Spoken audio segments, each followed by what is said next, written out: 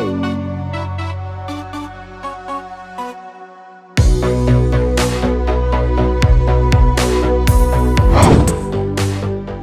want to introduce to you a therapist that we are interviewing today who's been in the business about 12 years with Arizona Family Therapy Group, Mr. Garron Griffitts. He specializes in addiction and trauma, adolescence, relationships.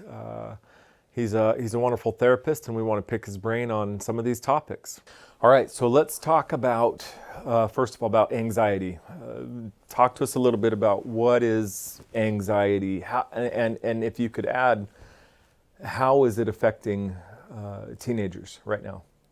So to reiterate, I'm here to kind of come full circle here. You talked earlier about the need to have those discussions, whether they're moralistic, whether it's what happens in the emotional brain or the more logical part of the brain. It's key that parents identify themselves as the one who needs to sit down and have those conversations. And let me pick your brain. Long before the kid gets a phone.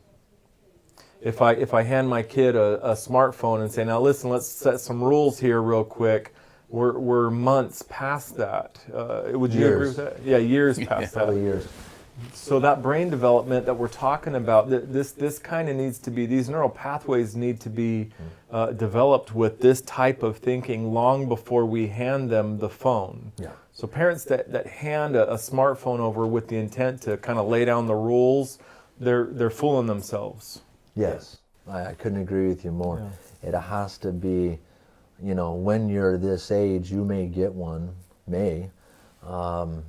and here's the expectations. Yeah. Here will be the rules when you get it.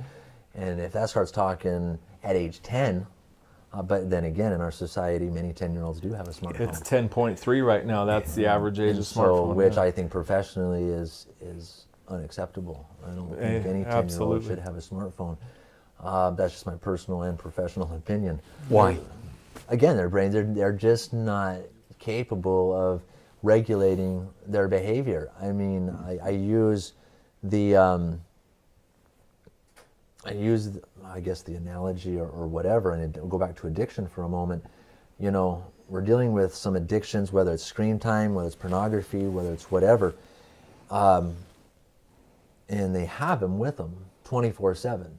As a drug counselor, if I gave my client a baggie of cocaine who's addicted to cocaine and said, just keep this in your pocket, but don't use it, it's just going to be there constantly. You can look at it, you can hold it, you can touch it, just don't use it. I would be the worst counselor in the world. But this is what we do with these things. They have the availability 24/7.